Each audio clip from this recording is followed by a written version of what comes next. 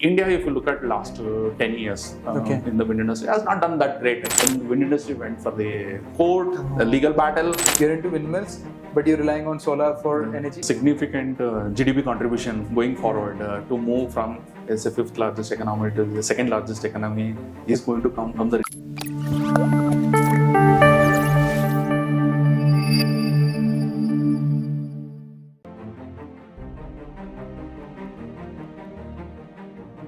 Hi everyone.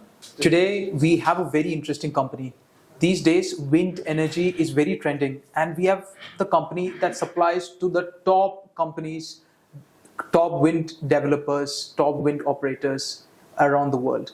We have with us Synergy Green and we have Mr. Srinivasan Reddy from Synergy Green, who is the executive director. So thank you very much for joining us and thanks a lot for letting us come here to your office and shooting in your behalf. Thank you so much. Thank you, John. You're most welcome to have a discussion with us. Yes. So firstly, I really want to take this moment to understand where you came from and also appreciate your entire journey throughout this space. From what I understand, from what I've studied, is that you did your bachelor's and master's in engineering, after which you did master's from IIM Bangalore, executive MBA, which is a huge feat for anyone, in fact. And then you worked in Larsen and Turbo and ISJEC for nearly a decade and a half, and that too in foundry unit, meaning your profile has been very consistent, like forging and castings, especially when it comes to steel, and then developing in that role. Then you started this company, meaning you've been part of this company since its inception for the last 13 to 15 years, I believe. And that's where I want to start off with. Throughout this journey, you've seen the entire company from zero, where you are zero, to all the place where you are now. So how has been the journey? How difficult was it when you started? And how did you slowly increase capacity, slowly increase client base? Can you run us through that? See, my experience started with producing large size critical castings, and we are one of the early guys in India to start manufacturing this wind turbine castings, actually. And way back in 2000, when Suzlon was coming up for the first time, we were the guys initiated the development of these castings, actually. And we were also instrumental in making these critical castings successfully in India, because earlier someone like Enercon and all, they used to import these castings from Germany, actually. We got a lot of opportunity to do technical interactions with the various global experts, and we were early guys to initiate this manufacturing this castings, actually. During that period, of course, foundry is not a very uncommon thing. There are more than 5,000 foundries in the country, actually. There are a lot of big companies made an attempt to produce these castings, but many were not successful. If I have to quote, more than 15 companies tried to produce during that period for these castings. But the big challenge was the kind of technology it was demanding and the kind of the discipline it required to produce this casting. No one did not have. And of course, about the infrastructure, actually. So during my early days, when I was in L&D, so we could develop the castings for almost all the OEMs, actually, like casting supplied for this particular, actually. So that is the kind of contributions what we have.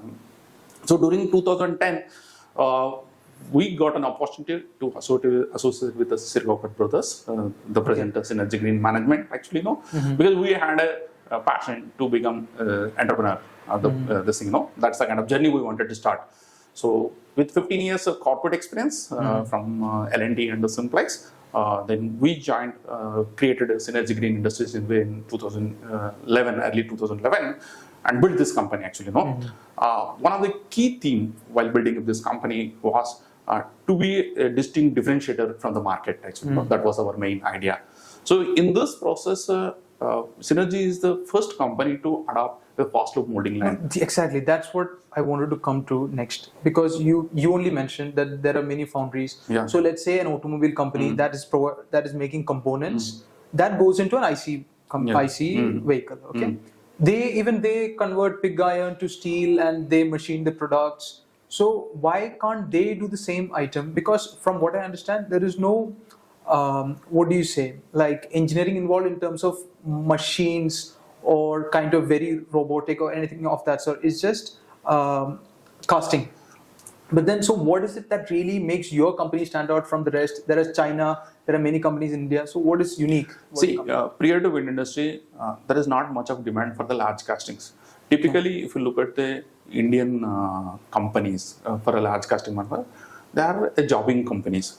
Because when you come to the large castings, it is a small volume, large casting. This is how the demand used to be actually, no? All the infrastructure, whatever is just to manage the smaller volumes. This is how the Indian infrastructure is built actually, no? And we're talking about the majority of the casting which is produced, that is for the automobile industry. They are the major consumers of the casting, or particularly small castings. When you go to the small castings, there are high volume and it's quite easy to automate a smaller size castings because of the size actually. No? So majority of the technology is taken away by the automation. So many of the foundry mines come forward and it's quite reasonably simple to produce smaller castings. When it comes to the wind castings, the larger castings, the challenge is not about melting a pig iron or steel or producing a grade. A more important thing is the handling. So typically in our foundry, if you look at, we produce casting up to 30 tons. 30 tons. 30 tons single piece. Okay. In that 30 tons, if I have to produce, I need a system more than 200 tons to before I produce a 30 ton casting, because there is a molds and the mold boxes and all put together. And handling is not an easy job. Every minute you need to handle for every single casting 100 to 200 tons of the weights you need to keep on handling. You know, this is the biggest challenge. Apart from this, China enjoyed a lot of volumes actually. No, so there are a lot of foundries have come up in China during the early 2000 actually. No, so you have two challenges for Indian foundries. One is you need to have a better infrastructure because typically India was a low volume, large casting producer country actually, no. But now this new age industry is demanding for a large casting, large volumes. It's more specialized. This is a different volume together actually, no. So that makes you need a different kind of infrastructure. Means conventional industries cannot come and compete actually. No? That is where synergy is instrumental. So we thought differently. How do you tackle this large volume with large size? So that is where it came into the fast loop molding line, where the technology we brought in actually. No, this is our idea initially. We built in Kolhapur with the European the manufacturer support. We built this the system actually. No, that helped us in handling the higher volume more efficiently. The second thing is India, if you look at last 10 years in the wind industry, has not done that great actually. No, compared to the China, when I say. Wait, why is that? Is it because of government? I remember that they bought reverse auction. That could be one. Suzlon, they faced a lot of challenges during the last 10 years. Now they're recovering. See, wind industry, from the day one, everybody knew that this is a new age industry actually. No, there is a lot of demand. We must go to the renewable. There is no second thought about it. But there are a lot of challenges and constraints in the country. Initially, industry was given with the financial support in terms of the depreciation benefit, accelerated depreciation, and also gender-based incentive. All those things were there actually, not just to support in the initial takeoff actually. No, but the problem doesn't end with just giving some subsidies. You need to overcome on the ground actually. No, like grid infrastructure was missing, land policies were not good enough, and enforcement of this thing, renewable purchase obligation policy, whatever, they were not watertight actually. No, so this made the industry was struggling. See, unless there is a consistently good volumes are not built, it's quite challenging to survive any industry actually. No, absolutely. So that's where India was lagging in the last 10 years. But last a year or so actually, I'm talking. India has come out with a lot of policy changes. Soon after, India declared the net zero target by 2070. That is pushing towards this green energy. No, now coming back to your reverse bidding, that what you mentioned. In fact, from 2010 to 2016.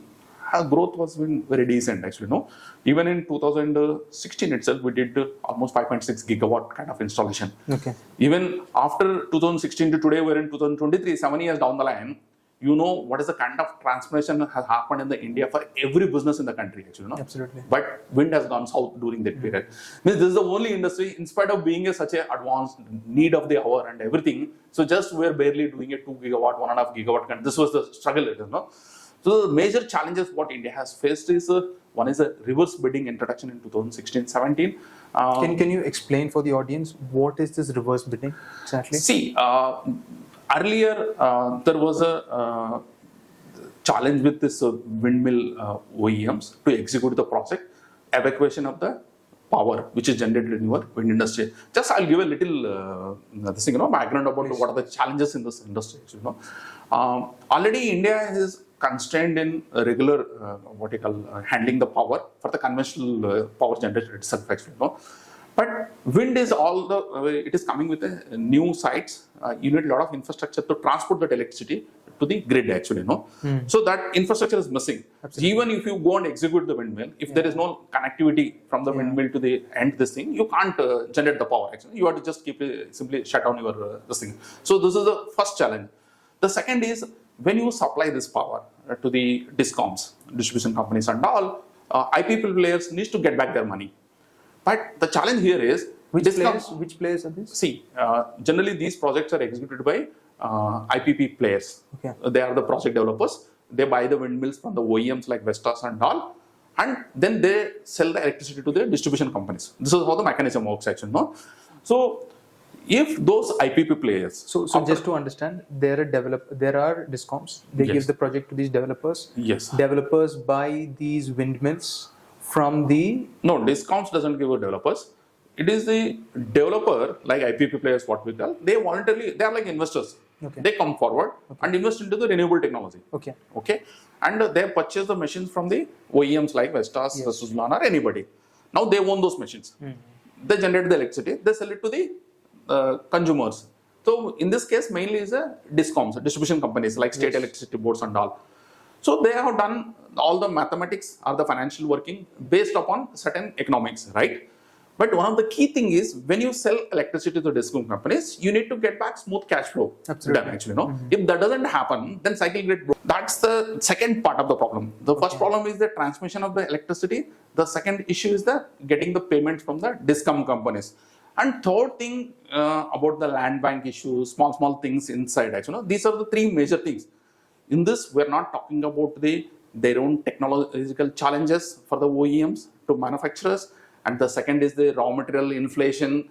That is altogether different. I'm assuming you are a perfect company, you're a perfect OEM, but these are the challenges in the market actually, Unlike in any other product, like whether a mobile phone or cars, anything, the day you manufacture, put in the market, your job is done. But here it's not like that. After you produce a wind turbine, your problem starts. You have to go and install a turbine, you have to sell the electricity, make all these things in line actually, So to overcome this, during 2016, government came with an idea that will resolve all your core issues like grid evacuation or payment delays and all. Will ensure you that you will get everything time. But we are not ready to buy the machines at the current rate. What do you think? So let us go to the reverse bidding mechanism. This is where that reverse bidding has started in 2016-17 actually. It is not that India is the only country where it has gone into the reverse bidding. Many countries have gone through actually. Whenever this reverse bidding mechanism has started, the prices have fallen dramatically. See, it's all about when you sit across on the screen and somebody is bidding. Say everybody wants that project because everybody felt so it's a secured project. Your payments are secured. Energy transmission is secured. Let us go and take it. Actually, let us initiate, make some volumes because the demand was not like. So due to that competition, the prices have fallen dramatically. Actually, Then thereafter, what happened? Some of the consumers, they felt the windmill guys must be making a lot of money. So now, when I offered this security, these guys have come out with a much cheaper. The tariffs means typically, if you look at prior to reverse bidding, the tariffs used to be 6 rupees or 7 rupees kind of thing, but they dropped half actually, to 3 rupees. Okay. So then there was also an issue in 2007, particularly. I think it is a Karnataka government or somebody. They said we want these prices on a retrospective basis. Means even for the projects prior to the introduction of the reverse bidding, actually, then the wind industry went for the court, the legal battle, and of course they cannot enforce this in the law. Actually, that got striked off. But still, the industry lost that opportunity. So due to this whole issue, actually, so the industry was not doing good. That was the big the challenge. Now, to solve these challenges, at least one bit of it, I think, correct me if I'm wrong, the government has come with a bidding process wherein you have to bid for technical feasibility. Then if you pass that, then you bid for financial. Then next round is financial. Is that right? And do you think this is a better fashion to go forward? No, not like that. See, this is a process, bidding process you are talking about. What is more relevant is you are being allowed to price according to the market conditions. Okay. Like when I say in 2016 somebody has discovered in a reverse bidding 3 rupees. So in the auction itself they put a condition you cannot exceed more than 3 rupees. So that is not right? If a steel prices, commodity prices have doubled, how can you offer the same price? And also in wind and solar, both the cases, it is site specific. You cannot get the same competitive price from every single site because some of the sites generate different higher electricity, some sites will be lower. So you cannot have a uniform pricing. It should be allowed for the OEMs or the manufacturer to decide on the competitive pricing, not the buyer will decide you cannot bid more than this price actually. No? Okay. As far as coming to your this thing, the commercial bid and technical bid, that is a normal procedure which every company follows actually. No? What is interesting means why this wind industry is in a buzz during last 6 months or 1 year or so is main thing is that reverse bidding mechanism is scrapped. That is one major advantage. The second thing is the renewable purchase obligation RPO actually. So even though this policy was there earlier, but enforcement was not means it was not watertight. But now they brought with a lot of penalties and other things. So these two things are making this industry more comfortable, and the demand is very consistent actually. No, if we have to look at the way government of India is trying to reach 140 gigawatt by end of 2030. So we are hardly today closer to 45 gigawatt kind of installations actually. No? If you're going to 140 from the current 41 gigawatts that you say by 2030, so we got another 6 years, 6.5 years runway. That is, I think, around you're doing 18% compounded rate of installations in India. That's something I wanted to bring in. So how exactly do you benefit from that? That's first question. But before you answer and we get into technicalities, I want to understand, there is a windmill, right? There's a foundation, there is the tower, there is the hub, there are the blades, then there is something called the nacelle, which goes at the back, if I'm not wrong. So where exactly in this entire structure are you adding value? See, if you look at this is the typical wind turbine, right? This center portion of the piece, it's like a simple household fan actually, no? Which we call it as a hub, which holds all 3 blades. This is a casting which we manufacture. The center, the hub portion, which holds all the blades, that is a casting. The second is the frame, which is like a chassis in our car, which holds all the parts in the car, right? So we make the main frame for this entire turbine, where the entire turbine components are assembled actually. These are the 2 major components for the wind turbine actually. Now just to pause you there, is that the 30 metric ton item you were mentioning earlier? Okay. Yeah, so in this what happens, when you go to the higher megawatt class turbines, like 5 megawatt or 6 megawatt, the casting weight of hub will go up to 30 tons. Even for mainframe also 25 to 30 metric ton. So typically for a 2 megawatt turbine, we need about 20-25 tons of castings. Means on a thumb rule basis, about 12 ton per megawatt. This is the kind of the casting demand for the wind industry actually. No, so we produce almost all the castings consumed in this turbine. Wow. Okay. And that houses, let's say, the gearbox, the generator. Yes, we produce all the gearbox castings and also this thing. Today, our gearbox contribution is slightly lesser. Is because gearbox castings are slightly smaller in nature. Actually. You need a different infrastructure. Even though our 10 to 15% of our product mix is from the gearbox, because we wanted to have our presence in all the product section. No? Going forward, our growth will be driven from the wind industry, and also we can grow very significantly in the gearbox section. No? There is a good demand. Today, more than 90% of the castings for the gearbox industry is imported actually. No? So we feel there is a huge potential from the gearbox as well. So now completely switching the topic, I want to include solar as well into this equation, what we're talking about. Look, when we consider wind energy, solar energy, hydroelectricity as renewable forms of energy. Because why? When we produce electricity from these sources, there is no carbon dioxide emissions, or even if there is much minute compared to coal powered plant. Okay.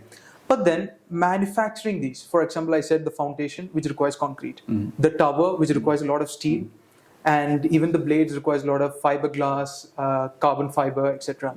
Which and manufacturing steel itself requires emitting a lot of carbon dioxide, right? So essentially, what I understand is that we are front loading the CO2 emissions that will be essentially but saved later in the future. So I just looked at some of the numbers. Even after accounting for such, front loading and meaning manufacturing this using carbon dioxide emissions, even then, the wind energy is one of the most efficient in terms of carbon dioxide emission. It emits the least, meaning, to give numbers, to generate 1 kilowatt of electricity, it requires only 11 grams of CO2 emissions that it's emitting over, let's say, assume 20 to 25 years that the windmill stays for. And for solar, it is slightly higher. But compared to coal, it is 1,000 grams of CO2 emissions per kilowatt hour. What I want to ask you is that the government, it is focusing on solar as well as wind. But why is one not more efficient than the other? Even if it is more efficient, why doesn't the government just focus on that? For example, I'll put all my focus on solar, or I'll put all my focus on wind. Why is it not the case? See, I would like to just give a couple of clarification on these two technologies, right? Wind and solar. Yes. First thing is, if we want to produce electricity round the clock with solar alone, it's impossible. Because you can generate electricity for solar only in the daytime. What is the choice you have? The rest of all the energy you need to store somewhere and get back for the consumption, actually, no? Cost of storage of electricity is 3 times the cost of the wind or solar. Okay. Like if it costs say 6 crores or 5 crores per megawatt, the energy storage is 18 crores. Okay. So it is not economically viable to go for a storage option, actually. Now let us come back, look much deeper into the both wind and solar technology.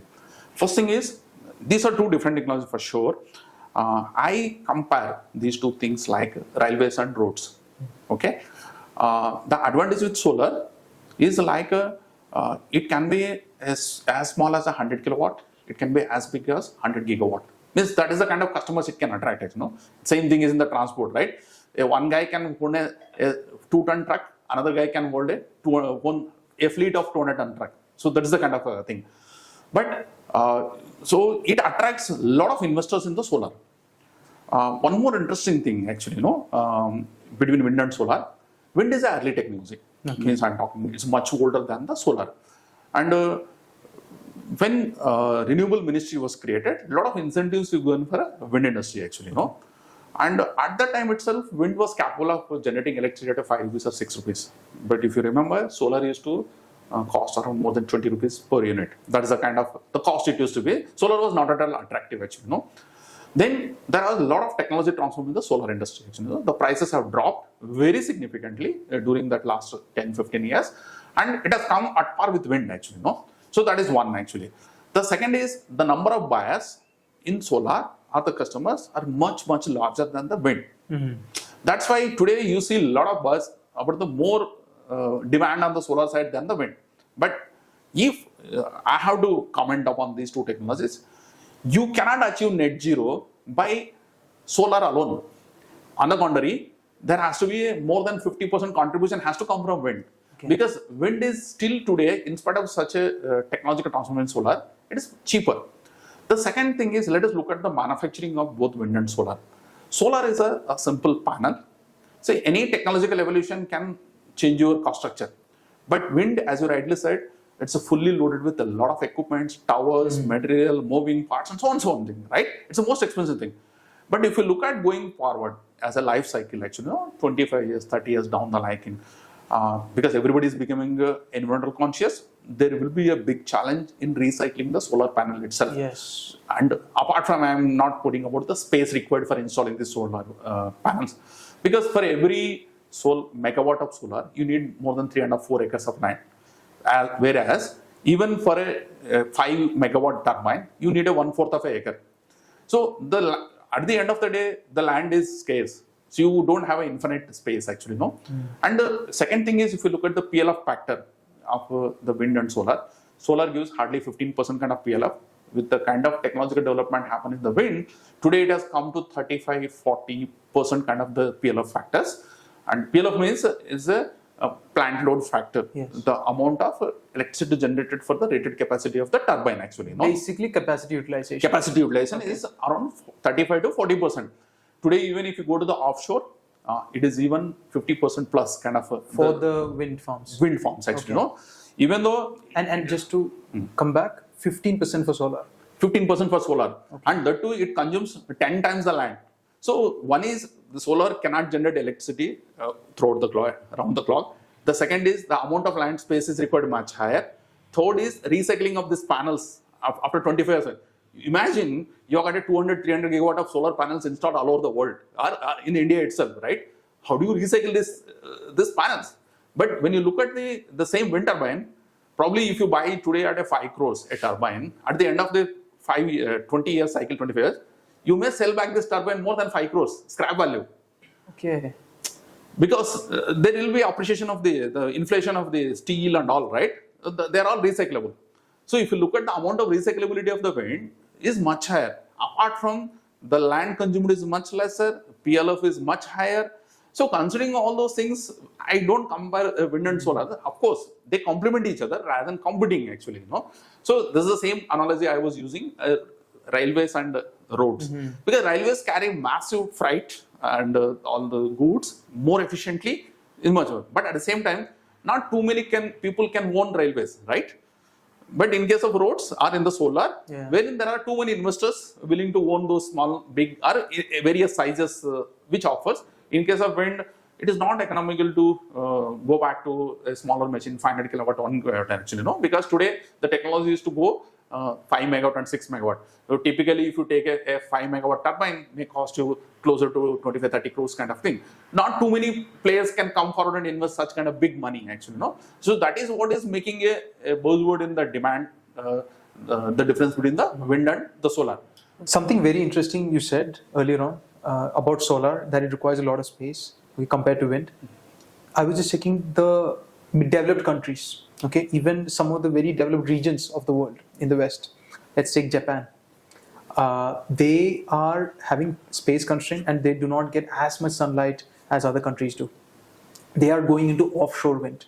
Okay, because I hear that firstly, like you earlier mentioned, the plant load factor, meaning the capacity utilization, if it is around 35% for onshore, it is around 49-48% for offshore first. And space, obviously you can expand as much as you like, depending that you have capital to go again. New York, New Jersey, these are regions that is going into offshore.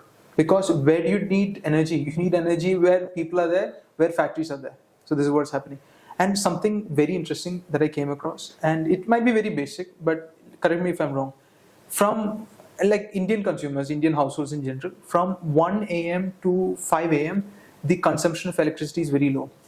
But then it rises from around, from 4 a.m., it actually rises all the way to 12 p.m. and even the peak is from 7 p.m. to 8 p.m. Then it again reduces. And what is interesting is that you mentioned about solar and the problem with energy storage, which is a huge issue because the peak of solar is what? Between 1 p.m. and 2 p.m. is when they generate the peak. And at the same time, wind is at its lowest during that time. So it actually complements. This is to the previous question, like wind plus solar is a better combination than just one or the other. Now, compared to other countries, compared to other regions, how is India even geographically well placed compared to other regions to really take advantage of the wind flows and windmills? Meaning, is it even feasible? Is it India geographically advantaged? See, if you look at globally, India is very well positioned to achieve net zero goal, at least nature-wise I am talking actually. The first thing is India is one of the few countries where 365 days are sunny days. This is one. Means we have got access for the solar. The second is we have already 700 gigawatt worth wind sites mapped in India. 700 gigawatt. I'm and talking. Current capacity? See, earlier when I say 10 years back, if you asked me the same question, at that time it was only 100 gigawatt. But today the technology is changing, and even with the low wind sites also, they're able to generate the electricity very efficiently with longer blades and a lot of technological transformation. Today that same 100 gigawatt has gone up to 700 gigawatt today. Tomorrow even it can go up much significantly. So on the one side we have got a 365 days sunny days. The second is already 700 gigawatt worth. This thing is mapped. Third most important thing is we are sitting with a 7,500 kilometers worth coastal. Okay, means we are accessible from the offshore from anywhere to in the country actually. Absolutely. So this is the third thing actually, So if I add up all together, and I believe there is going to be a fast transfer in the battery storage as well, because there are a lot of reserves are found in India for the battery and all. Because of electric vehicles, the technology is changing very fast. When you add up together actually, it's all about the technology to synchronize demand and the consumption cycle. It's as simple as this. So today the new concept is RTC, that is a round the clock electricity generation actually. The last I think this financial year only, government has auctioned for a 400 megawatt worth the round the clock cycle actually, which consists of without using any conventional energy, you need to generate electricity only from the renewable source, either wind, solar or the thing. So it can vary from place to place, somewhere maybe 50% wind, 30% solar, 20% battery, or somewhere even the other side, whichever is there. It may be side to side, things may vary, but at the end of the day, all three guys together are going to make this net zero goal actually. So India is very well positioned to achieve this goal because already natural resources are available with us. Now you spoke a lot about macro and now how battery energy storage is really going to accelerate. Okay. And you even mentioned how windmill was facing difficulties. Now it's on a good path. And most important is government's focus, right? Government is very much focused. I believe by 2030, they want to install 500 gigawatts of renewable energy capacity. Okay. And currently, I believe, if I'm not wrong, around 80 gigawatts that are currently capacity. Even more, I think. Because wind alone is 45, solar maybe even bigger number. Or 45, it's closer to 100 gigawatt probably. 100 gigawatts, yes. So that's a huge 5x jump in the next 6 years. Now, I want to focus on the company because we spoke a lot about macro and all these things. Now, again, to summarize what you mentioned is that there are castings that hold the blades, the hub, the generators, etc. that goes into the nacelle, meaning part of the windmill. The castings is what you manufacture. Now, I understand that major part of your cost goes into machining. Correct me if I'm wrong, but machining, at least from what I've seen in automobile companies, it's that once in the foundry these equipments are made, it's not very polished. There are cuts, there are scratches, it's not finished yet. But then this finishing is a huge value addition. I believe you are going into machining, plus you are increasing capacity from 30,000 tons per annum that you already mentioned to what, 45,000 tons per annum. So I just want to understand how will this impact your margins going forward, and what is your further vision also? Okay. Before I go to the manufacturing, just I would like to touch upon the demand side, then I'll get into the manufacturing side. Like earlier we discussed about India moving from say 45 gigawatt to 140 gigawatt, say down the line next 6-7 years by 2030 actually. This is what the mission. If you look at the amount of installation required is to the tune of 15 gigawatt per year. Means 100 gigawatt or 90 gigawatt you have to get in the next say 6-7 years actually. That is the kind of number needs to be executed. Per se, OEM side, India is capable of generating within a short notice, I believe 15-20 gigawatt can comfortably be generated. It's all about synchronizing the land bank issues or the investors and the other side, infrastructure related things. Otherwise, manufacturing the turbine should not be a big challenge for even 15 or 20 gigawatt. Now let us look at little deep dive into the India's potential in wind turbine manufacturing. Today, India is also becoming a part of the manufacturing hub for the entire world. Yes. So we are going to produce turbines for our domestic consumption, and we are also going to produce turbines for the international consumption, like other countries actually. That is the thing. And the third thing is, like if I specific to the casting, if you consider, I can also supply castings to the international market directly. So if I look at the demand streams, the first is like this, whatever we're calling a SECI auctions of 8 gigawatt per year for the next 5 years and whatever is a, still they are not going to fulfill the commitment of 140 gigawatt for sure actually, no. It has to come from multiple sources. There is also a lot of corporate investment is happening. I believe 4 to 5 gigawatt kind of the potential opportunities are there for the corporates to come forward, because every corporate is trying to go for a decarbonization. This is the second demand stream. SECI auctions is the first, corporates is the second, the third is the made in India turbines exported out of India, and the fourth is directly exporting our casting for the international market. So these are the 4 demand streams what we get for producing the castings actually, no. So if I look at the numbers 40 gigawatt to 140 gigawatt or whatever is there, it demands easily a 15 gigawatt plus kind of the execution for the country. As far as the execution may not be a big challenge, but we need to streamline the other activities, like as I mentioned, you know, investment, grid evacuation and all those things. So this is the first thing. Now if you're coming to the manufacturing side, today we are having about 30,000 tons capacity. So manufacturing consists of 2 major elements. One is the production of the casting, second is the machining of this casting. Machining is once we take the raw casting, that needs to be improve the surface finish, drilling and all those kind of things to make this component for a fitment purpose. For assembly, you cannot just take a raw casting and go and assemble it actually, no. So you need to machine, you need to achieve certain quality standards, and then you can do all those things only in the machining process. Finally, it goes for the coating. So we divide this whole manufacturing process into 2 parts. Casting production is one side, the second is the machining side actually, no. The complexity lies in casting manufacturing, because in casting it involves more than 500 people in manufacturing, more than 200 equipments, more than 150 raw materials, more than 100 processes. It's the most complex thing is the producing the casting itself, you know.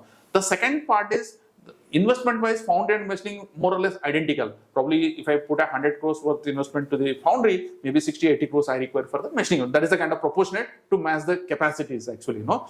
But the technology wise, machining is much more advanced because not too many people are involved. It's a well developed things are there. Now today we are 100% sourcing our machining activity from outside, because we focus main on the what you call critical area and the casting production actually, no? So we have mastered and we established our credentials, and we are supplying to almost all major OEMs in the world. So now our next focus is to get into the machining as well actually, no? So that it can also improve our cycle time and improve our margins as well actually, no? So our next leg of growth is into 3 major areas which we are thinking actually, no? Of course, we continue to do expansion in the foundry for sure, because India growth is good, and we also wish to get some of the machining activities in-house, so it can help us in improving our margins and also improve our supply capabilities actually, no? And third thing is, we also would like to produce these castings in an environmental friendly way. Okay. So we also would like to go in a decarbonization actually, no? We are also committed to produce these castings in a greener way. So in that journey, this financial year, just about a month back, we have placed a 2 megawatt worth solar plant, which takes care of 10% of our energy consumption is being offset actually, no? Going forward in the next 5-6 years, we'd like to go for 100% offset of our electricity consumed in producing these castings with the renewables. Okay. So this is our the plans actually. Okay. Now that actually defeats my point that I said that manufacturing this casting requires a lot of carbon dioxide, because if you're getting it from solar, then so we are also going to create demand for the renewables actually, no? And it is kind of counterintuitive, but I get it. The railways plus and roads analogy, that you're into windmills, but you're relying on solar for energy. But again, roads and railways. See, it doesn't matter whether I go to the renewables or at the end of the day, we are too small in this world to balancing the wind, solar or battery storage commons. So there are much bigger players to sitting over there to how to synchronize these 3 technologies. Our consumption is very small with respect to the complete thing. So now, like, couple of last questions. You started 13 years ago. Now, what is your vision? Not revenue guidance, EBITDA margin, nothing like that sort. But what is your vision as a company for the next 10 years, let's say? See, I believe today, casting production wise, India is about 10% of the world, as against more than 40% is China actually, no? But there is a trend now India is also catching up with of course, even though we call it the second largest casting producer in the world, but I call it distinct second. Means when 40 million tons are produced in China, we produce hardly 10 or 11 million tons actually. No, so there is a huge opportunity for the castings in India actually. No, we believe that if we have a simple growth of 25-30% for the next 7-8 years or 10 years, we can become for sure at least 5% of the global consumption of the castings that what we can give in the renewables I'm talking. You know, it is being forecasted that in the next 5 years down the line, current 80 to 100 gigawatt of annual installation of wind is going up to 160 gigawatt with a CAGR of 6% or some kind of projection it is given actually. No, that means it is going to create a demand for a 2 million tons of casting every year actually. No, Okay. that is the kind of casting demand it's going to create. Okay. So we are And if you're doing 1 in 3, you will know. no, where, that is my because the earlier 1 in 3 were done because base was low. Yeah. But I'm talking, it is only restricted to India, not global actually. No? So we need to see how that equation it matches. But I'm looking at we want to be a sizable player. Today, probably 30-40% of the India's market share we'll have. So we'd like to maintain or even improve from wherever we are standing it today. And if you look at with as I'm mentioning 25-30% nominal growth, if we have in the next 6-7 years, we should be comfortably build more than 100,000 tons kind of the capacity. We can comfortably reach 5% global market share. This is the kind of this is the first goal as far as the global positioning is concerned. You know? Second important thing which we mentioned, I've already quoted about we would like to produce this casting in a greener way. So we would like to have 100% set off of our electricity consumption used for producing this casting with the help of renewable energy. So this is the second thing we have, and we are also very serious about company adopting the ESG guidelines actually. No, so we would like to achieve the ESG. 3 things I want to point out: the captive consumption. Now many companies are going into, meaning companies that are into steel. For example, Tata Steel. Even renewable companies like Renew Power, all these companies are going into captive consumption. They're building their solar units or windmill units to consume energy. Textile companies, just based out of Coimbatore, Tamil Nadu, KPR mill, for example, they're going into captive consumption. That is one point. Second point, you said that, did you know that if we just take 10% of what China is chemicals that China is exporting abroad, our chemical industry would actually double. So it's like we are blessed to start with a lower base, meaning that because growth will be very fast. Like how soon did we just reach a 4 trillion economy? Just yesterday we were 3 trillion. I mean, 1 trillion, like 25%, we just added immensely. 25%, 33%, we just added immensely. So that is the growth I believe we're going to be seeing going forward, not just in wind, not just in solar, but then energy, entire energy sector. In fact, Indian economy is very robust, but it is like last year it was like collections, everything was better, but again the power demand is peaking every month. So it is in a very growth trajectory that this entire industry is growing, and that is one of the biggest reasons that we found Synergy Green as very interesting company, and we wanted to sit with you. See, this economy, the second largest economy, is going to come from the renewable as well, actually, because we are already sitting with a small base, so there is a big opportunity for us to contribute for the country's GDP, actually. Absolutely. So this was a very thought-provoking and very insightful session that we had with you. Look, what we're trying to do is that we get interviews with such personalities as yourself who knows in and out of that industry that you are in, very niche industry that you are in. We want to get that knowledge out to the audience. Okay, I appreciate you a lot for welcoming us to the office and your hospitality. Thank you so much, and I wish you the best personally and wish the best for the company as well. Thank you so much. Thank you, Sriram. Thanks for coming all the way down from Delhi and conducting this interactive session. It's quite interesting. So I wish you all the best. Thanks Thank you, sir. Thank you.